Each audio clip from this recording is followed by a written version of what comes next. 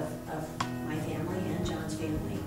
You know, we're Christians and we're active in their faith life, and so we were just blessed with that, you know, handed to us basically. So from just very little, I remember, you know, growing up in the church and having that be a really important part of my life. I see sunrises, I see God, I see sunsets, I see God, I see nature, I see God. I see my wife, I see my kids, and, you know, I just see God in everything.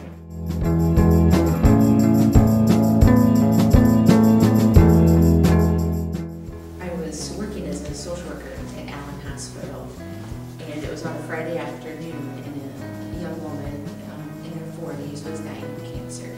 Friday afternoon, I thought, you know, I'd really like to head out for the weekend, but something brought me to her room, and she was at a point, she was very near death, could hardly speak, but we sang together.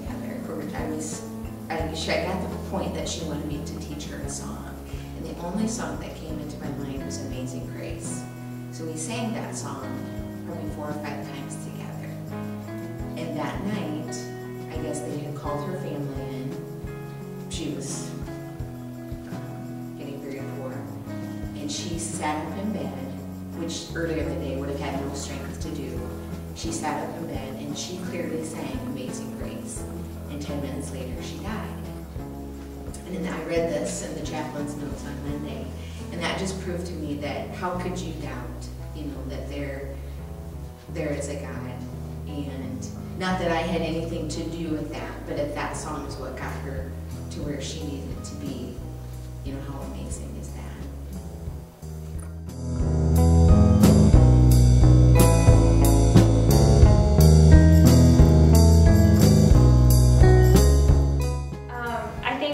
Last year during the flood, when our house was flooded, I think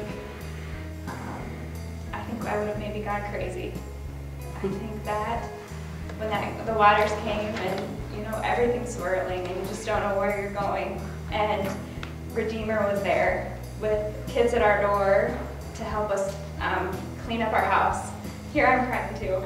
And, thank you. But, you know, the kids were there to help us clean up. And Pastor was there to visit us and just to remind us, you know, that people care, and that just we were staying out at my parents' house, and so every day I would ride in and I would just listen to Christian music on the radio, and just that daily reminder for myself that of my faith was just kept me going every day. And I think if I didn't have that, I just would have lost touch with reality during that time. So I think the Lord really kept our family strong during that time. I'm sure of it.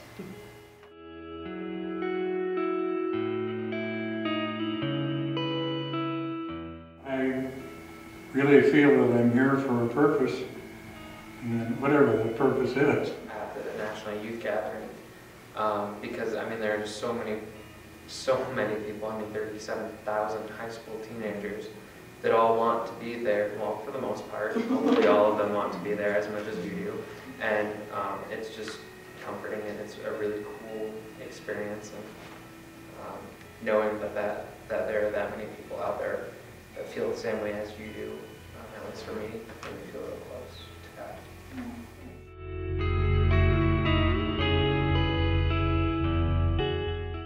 Living your faith in the world just becomes a foundation on making decisions on how you treat people, how you interact with people, the different things that you choose to participate in. I think our church feeds the spiritual needs of people so that they can go out and be the hands and feet of God.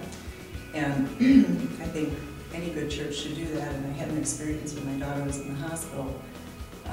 When she was getting surgery, and I was kind of a basket case, and decided I needed to go in and wash my face and just catch my breath. And there was a cleaning lady in the bathroom, and I said, "Oh, is it okay if I come in here?" And she said, "Yeah, that's fine." And I said, "I'm worried about my daughter because she's having surgery." And the cleaning lady said, "You want me to pray with you?" And she did the most amazing prayer. And I just, I felt so uplifted afterwards. And I said, oh, you were really my angel today. And she said, you're my ministry for today.